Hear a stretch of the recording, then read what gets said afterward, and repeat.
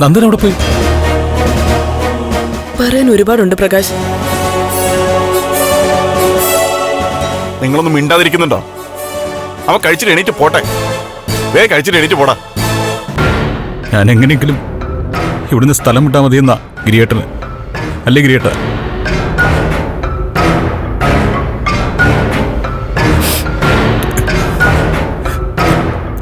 നിങ്ങളോടൊക്കെ വർത്താനം പറഞ്ഞിരിക്കാൻ ഒരു കൊതി, അതുകൊണ്ടാ ഗിരിയേട്ട.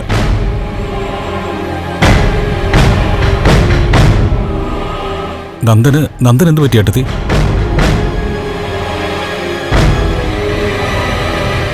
നന്ദൻ ചില പ്രശ്നങ്ങളിൽ പെട്ടു, അങ്ങനെയാ. ഒളിവിലാണോ? ആരെങ്കിലും തട്ടിക്കൊണ്ടുപോയോ? അപായപ്പെടുത്തിയോ? ഒന്നും അറിയില്ല. അയ്യോ, സമാധാനായിട്ടൊന്ന് കിടന്നുറങ്ങിട്ട് ദിവസങ്ങളായി. അയ്യോ, ഞാനിതൊന്നും സത്യമായിട്ട് അറിഞ്ഞില്ല. കഷ്ടമാണല്ലോ കാര്യങ്ങള്. അതിന്റെ അന്വേഷണമൊക്കെ നടക്കുന്നുണ്ട്. അവനോടൊന്ന് സംസാരിക്കട്ടെ ഗിരി.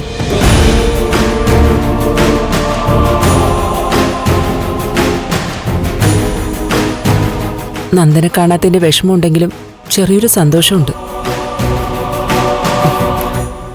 രജനി പ്രഗ്നന്റാ. ഇവിടെ ഒരു കുഞ്ഞിക്കാല് വരാൻ പോവുക. ഗിരിയേട്ടാ, എനിക്ക് സന്തോഷമായി ഗിരിയേട്ടാ. എന്റെ കണ്ണുകൾ നിറഞ്ഞു പോവാ. അല്ല, പ്രകാശ് നേരത്തെ പറഞ്ഞല്ലോ എന്തോ കുറച്ച് കാര്യങ്ങൾ പറയാനുണ്ടെന്ന്. എന്താ അത്? അതൊന്നും പറഞ്ഞാ ഇനി ഗിരിയേട്ടൻ വിശ്വസിക്കും തോന്നില്ല.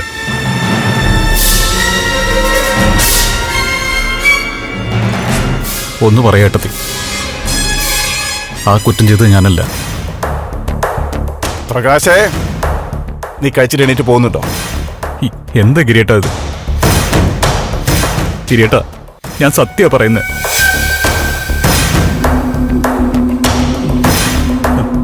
ഞാൻ സ്നേഹിച്ച കുട്ടിയല്ലേ മീര. അതിനെ ഞാൻ കൊല്ലുവോ?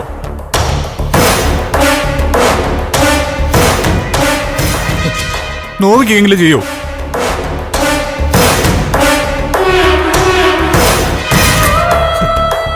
ഞാനല്ല മീരയെ കൊന്നത്, സത്യമാ. ആ, സമ്മതിച്ചു. നീ ഒന്ന് കഴിച്ചിട്ട് എണീറ്റേ. പ്രകാശ് അല്ലെങ്കിൽ പിന്നെ ആരാ അത് ചെയ്തത്? രജനി, നീ ഇവൻ പറയുന്നതൊക്കെ വിശ്വസിക്കാൻ നിൽക്കുവാണോ? പ്രകാശേ, ആ കൊലപാതകത്തെ കുറിച്ച് ഇനി പറയണ്ട. ഇവിടെ ആർക്കൊന്നും കേൾക്കുകയും വേണ്ട. അമ്മ പറഞ്ഞല്ലോ, രജനി പ്രഗ്നന്റാ.